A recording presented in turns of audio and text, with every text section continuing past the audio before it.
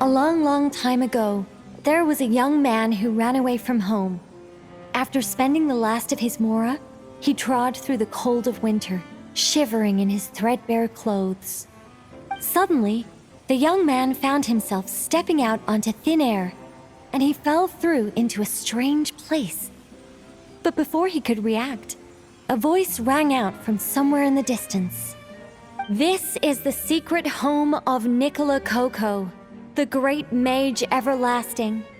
O destitute one, tell me your heart's greatest wish, and with my guidance, you shall attain it." Whoa! That was a strange voice.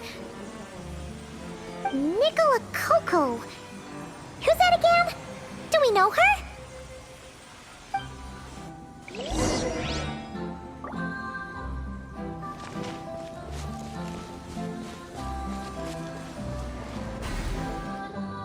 The young man was in awe of the mage's magnificence and beauty.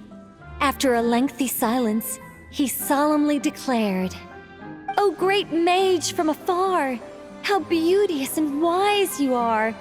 The moment I beheld you, my heart began to flutter. All my heart desires now is to make your wishes mine." The subtlest of smiles appeared on the mage's face as she replied, "Very well, then I shall task you with performing certain deeds on my behalf, such as those that are within your ability. Your guide is here, and your reward awaits you in the days to come." Guide? Does that mean this glowing orb? "Secret home," said the young wanderer, with a look of confusion on their face. "Where is this secret home of which you speak?" The mage's voice grew somewhat flustered upon hearing this question. "Wait, does it make sense for this to be a bashful character? Oh, never mind. I'll keep it in for now. Mr. Nine can always refine it later." "Ahem. It is rather rude to ask such questions of a mage, young one. The Mage's Lodge is under renovation. Very soon you shall be stunned by its grandeur. This shall be your trial. Offer up your strength and help this great mage to build her territory." As the young man continued forth, he noticed many exquisite statues dotting the mage's territory. "What are these?" he asked, puzzled. "These are all those who opposed me. They underestimated the power of a mage, and thus were turned to stone." I quite like that. A spur-of-the-moment addition, but dare I say it was a good one. A mage ought to be a powerful and dangerous figure. Danger lends a certain mystique, and without mystique, the world would be a very dim place. But turning people to stone at the drop of a hat? Is that too over the top? And no one wants to be around someone that capricious. Okay, I think I'll dial it back and turn it into more of a vague warning. Upon hearing this, the youngster broke into a cold sweat. But then, the mage's laughter broke the silence. "Did you fall for it? I was merely joking. These statues are just my way of capturing a certain moment in time. Anyway, statues, that's what I need your help with. The Mage's Lodge is feeling a little empty, and I should like to fill the space with some more adorable companions." "Well then, young one, now you have learned of the troubles faced by this mage. Nicola Coco requires your aid to build her sacred territory." The mage poured a cup of tea for her visitor. "What say you?" Wait a minute! Shouldn't we think twice before going all in on this? We don't know anything about this person! And she seems a little weird. Huh? Although, having said that, this teacup looks kind of familiar.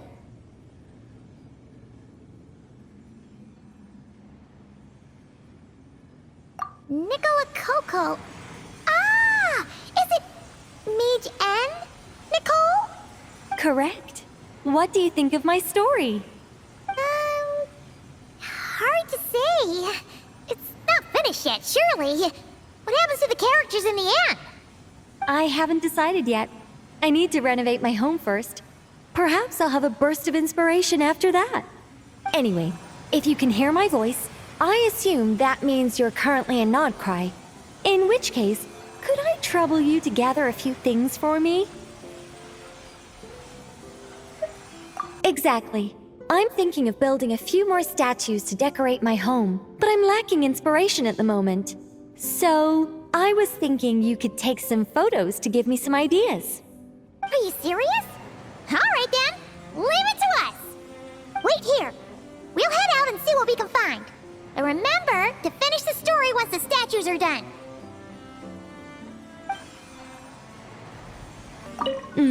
The mage's story is starting to take shape. I think I'll delegate this next section to Mr. 9. A great mage is defined above all by her beauty and powerful presence. Perhaps an exaggerated laugh might help her stand out more.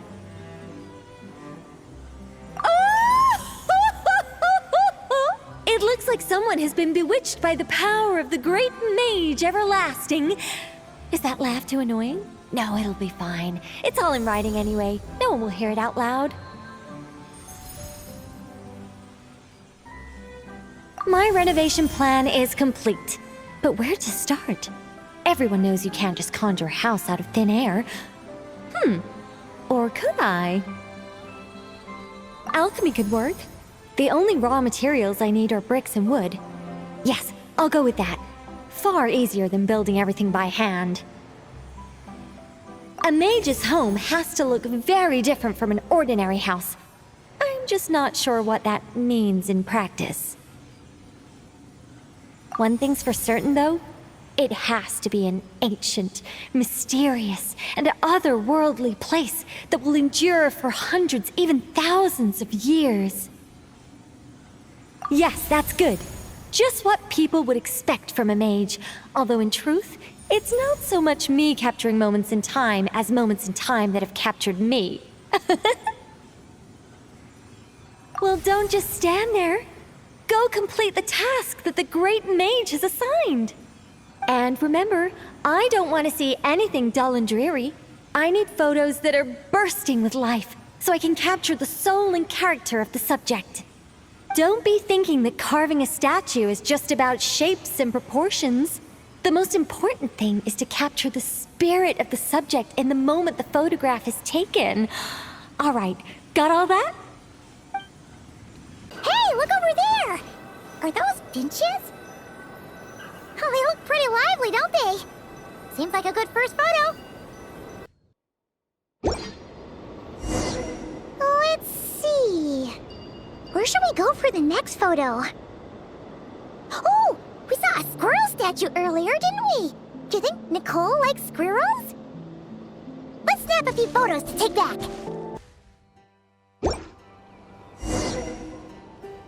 Is that a mandragora? Paimon thinks that would make a pretty fun statue.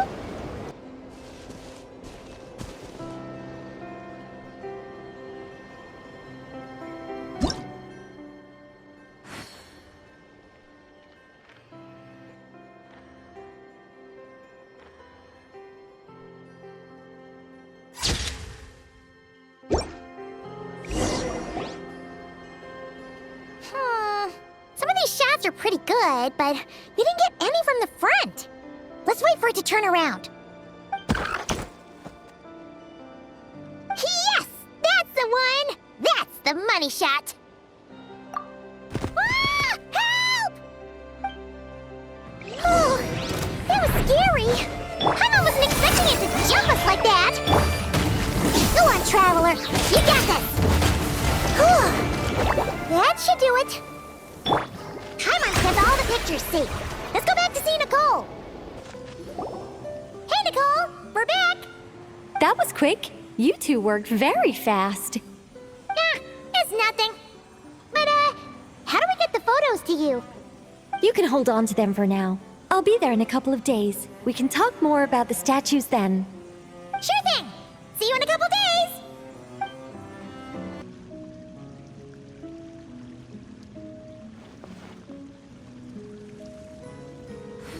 just who I wanted to see.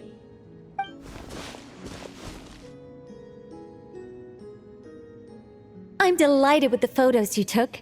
Excellent source material. Now, I have all the carving tools ready to go. Would you like to try it together? Carving tools? You mean these blocks? That's right. The statues are inside the stones. All we need to do is remove any excess material. To make things a little easier for you, I've provided a guide on how the carving process works. Allow me to demonstrate. First, we make some big, bold cuts to carve out the general shape.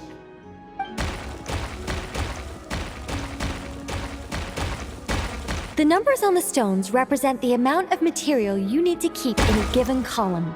So, first we do this, and then this.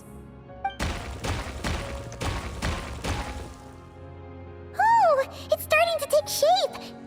Got it? If you carve the blocks this way, you should be able to see the basic form.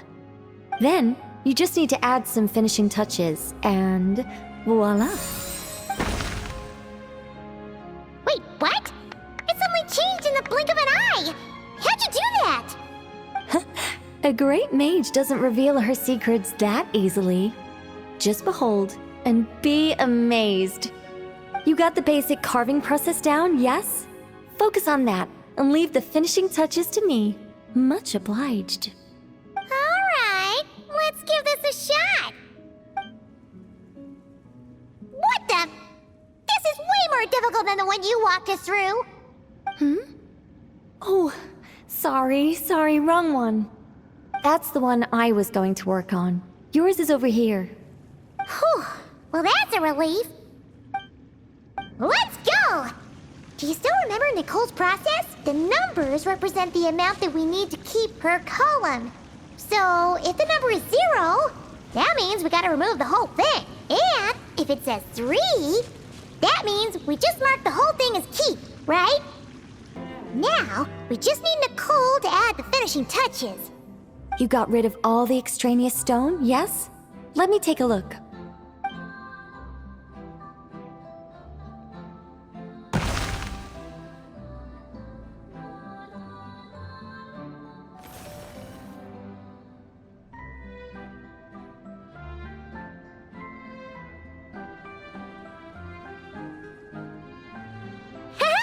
It's done! Cool! It's the Mage's Lodge! When did that get there? Is this the power of a mage? The young visitor's voice was filled with wonder. I am truly amazed. Aha! Finally, the story continues. So, what happened to the mage and her young visitor? They lived happily ever after. The end. Huh?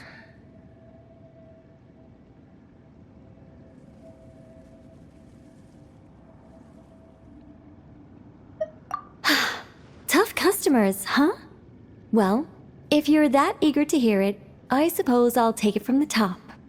All my heart desires now is to make your wishes mine, said the young man. Those words won him the full attention of the great mage Nicola Coco. But just as they had started warming up to one another, a group of uninvited guests stormed in, seized the mage, and absconded with her.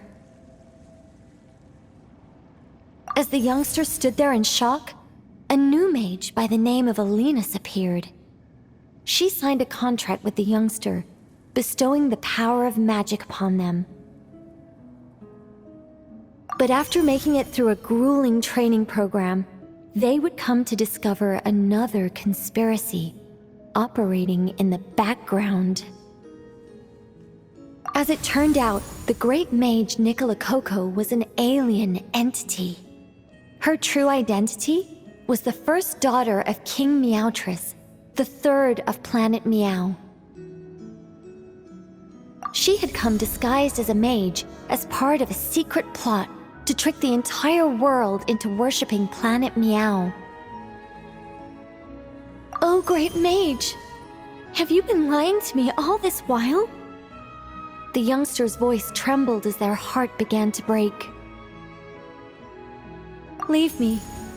War is destined to break out between our planet and yours. We were foes from the very start.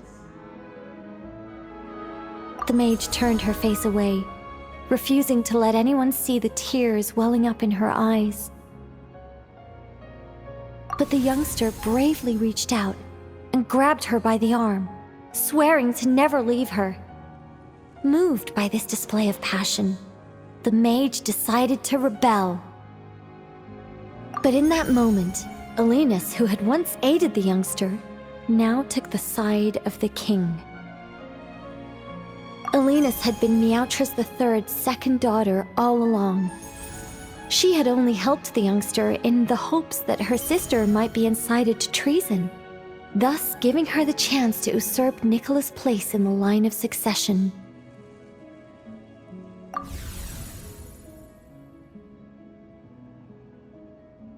Anyway, that's the gist of it.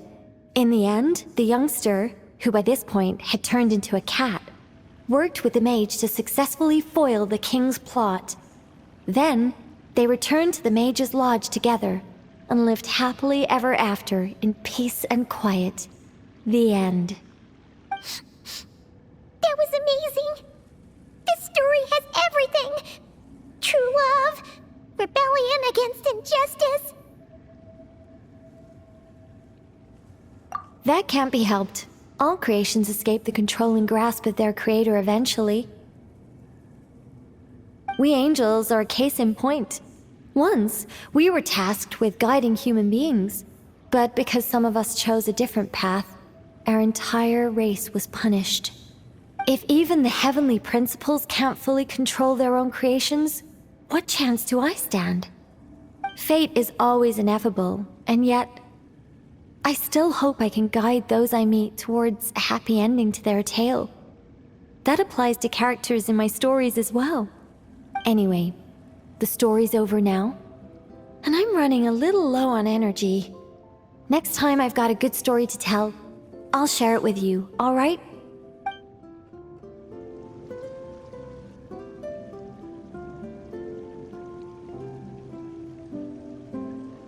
Phew. That should be everything. You two, stop by my lodge if you have the time. I'll put the kettle on, and we can have some tea. You don't need me to show you the way again, do you? Whoa! It's Nicole's voice! Did she redecorate her home or something? Let's go take a look! Look! It's that ball of light again! Let's follow it! Hey! It disappeared behind that door! Does that mean we can open it now?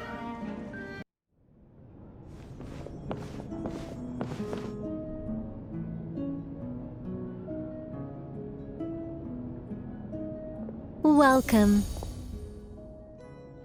Wow! Your home's so pretty! Paimon loves what you've done with it. I knew you'd appreciate it, Paimon. Hearing that makes it all feel worthwhile, even if I had to squeeze it in during my spare time. It all started the day I finished building the secret lodge. I was planning to keep the streak going and build a few more, but there was no one around to inspire me. So after a while, my enthusiasm just sort of fizzled out. Is there no way to have fun, enjoy myself, and feel like I've accomplished something all at the same time? Then the answer suddenly popped into my head. Wait, have we skipped straight to the answer? Keep up, Paimon. Time waits for no one. Look, it's right in front of your eyes. Through this door? Well, not just this door, but you're not wrong. Everything has to start somewhere. What better place than here? Are you ready? Oh, wait a minute! You're going too fast! Paimon can't keep up! What are we supposed to be getting ready for? Oh, don't you worry about that. You don't need to get ready for anything. It's just a turn of phrase. Based on my observations and understanding, you're not a fan of complex introductions and explanations. You prefer to find your fun in the heat of adventure. Am I right?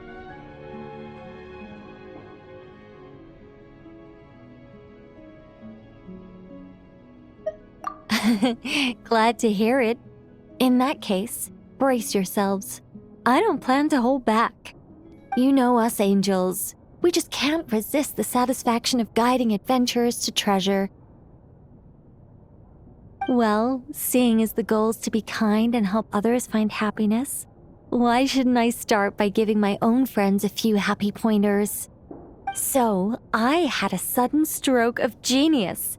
I transformed my little lodge into a place where you can relax and have fun. I even hid treasure in each and every room. To tell you the truth, even compared to the other angels, I'm quite the expert when it comes to hiding things. If I were to bury a chest in the wild and not show you the way, I'm afraid you wouldn't be able to find it even after months of searching. Anyway, I digress. I don't want to make things deliberately difficult, nor do I need you to run around the wild just to keep me entertained. All you have to do is find 3 feathers right here in this room. And once you're done, let me know so I can watch you open your reward. A nice, big treasure chest. Ah! So we're going on a treasure hunt! Ha! Paimon can't wait!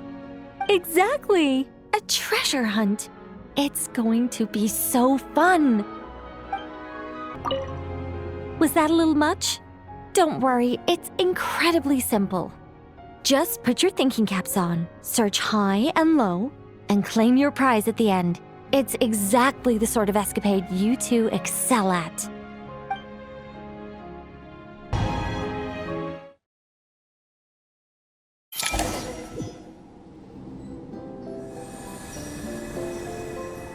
Ah! A gust of super sweet wind just blew right down Paimon's throat! Ah! Hey, where are we? That teapot and those cups look really, really big! Wait a second. Did we shrink? Apologies. I was hoping to invite animal actors, but alas, I'm used to dealing with thespians of a more stony-faced persuasion. Huh? Nicole, you shrank too? Paimon thought you were gonna be huge! Nicole, the magnificent, massive mage propping up the heavens while crouching down to talk? No, thank you. I'm quite happy with my current size. Anyway, welcome to the Great Mage's Tea Party. Now, pour yourselves some tea. Does the Great Mage's Tea Party involve us boiling the water ourselves? It's called participation, Paimon. This is all about creating a sense of participation.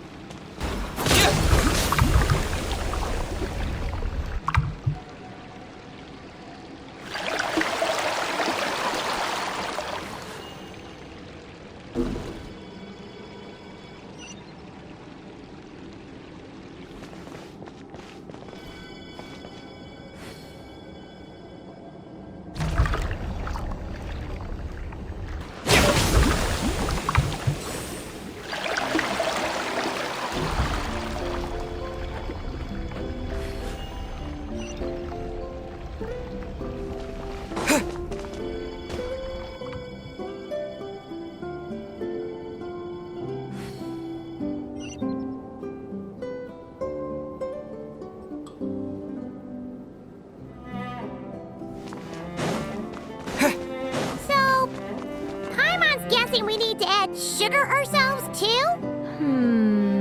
Alice takes 3 sugars, Anya prefers 1, and Barbeloth likes hers without. Okay.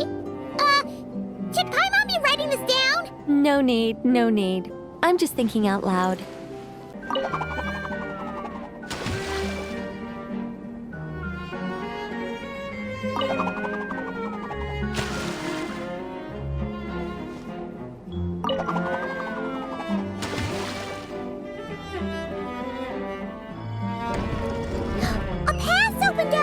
Looks like we can go this way!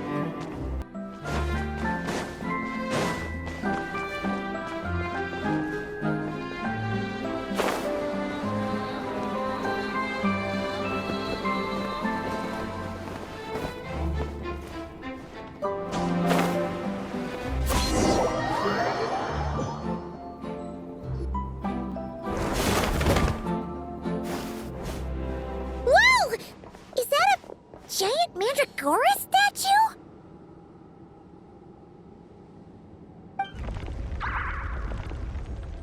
Hold on a moment. Sorry, just a minor technical difficulty. Let me see.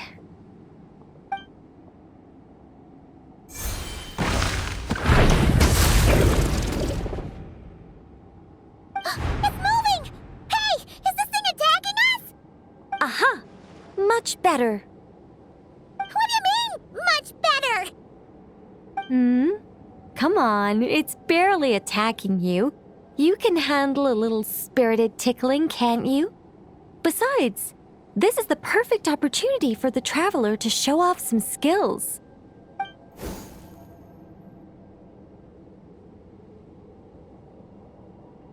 Hey, Nicole!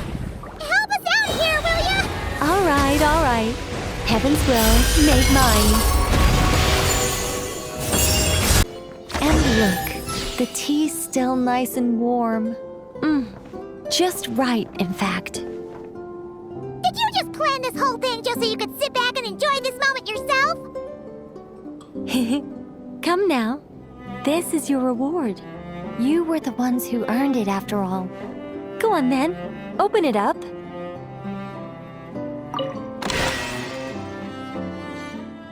Paimon can't help but wonder why you're so excited about these rewards, Nicole. Sure, Paimon looks forward to the traveler's reaction when she gets him a gift, but this feels kind of different.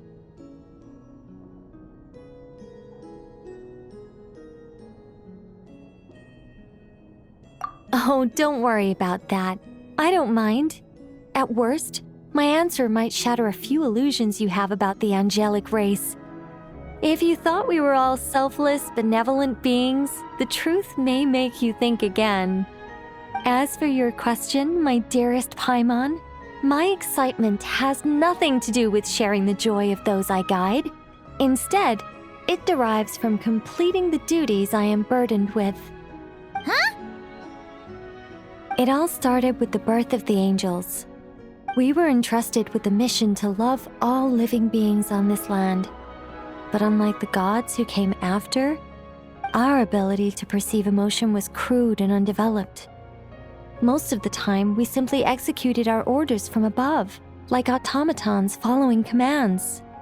Aside from enlightenment, guidance was our primary mission.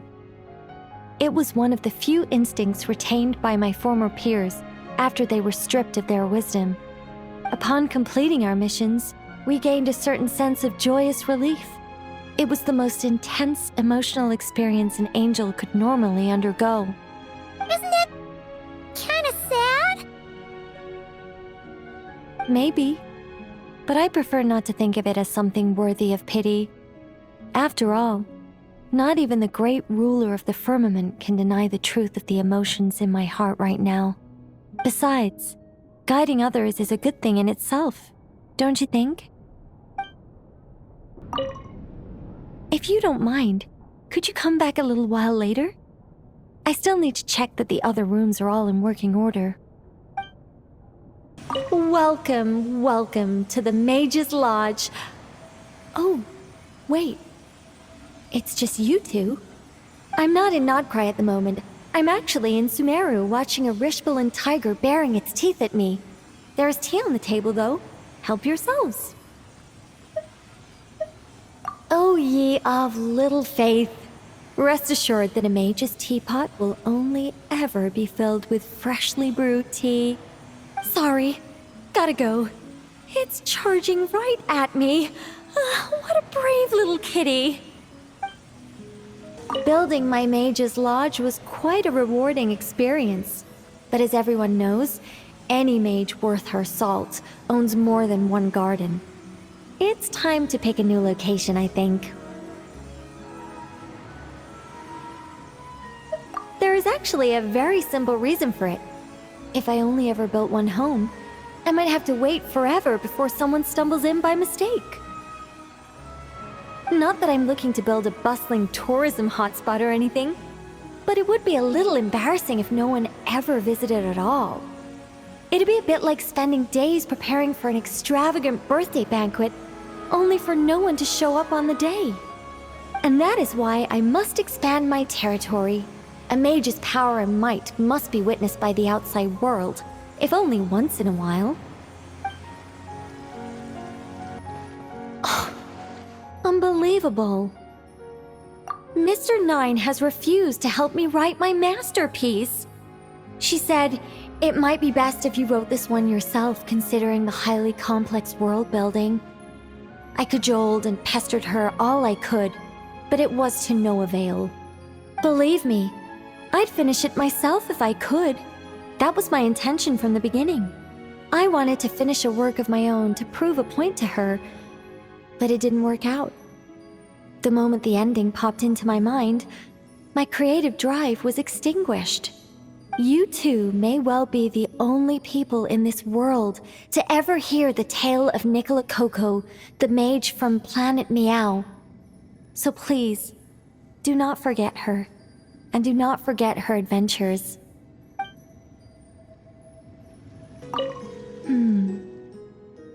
The past, as everyone knows, well, actually, hardly anyone knows. Anyway, when the angels were destroyed, they had to sacrifice either their preferred form or their power. I chose to keep both. But from another point of view, you could say I lost both. I remain human enough in appearance, but I will always be fundamentally different. For instance, what human could exist for thousands of years without going at least a little mad? Not to mention dying. Meanwhile, I've lived so long that I can't help but miss the way things used to be once in a while. Not exactly. I led a pretty boring life back then, especially compared to now. But I did have a lot of friends around. It was a lively time. If I had to pinpoint what I'm nostalgic for, it's not any one friend in particular, nor is it the time I spent as an angel. Rather, I simply miss the race of angels as a whole.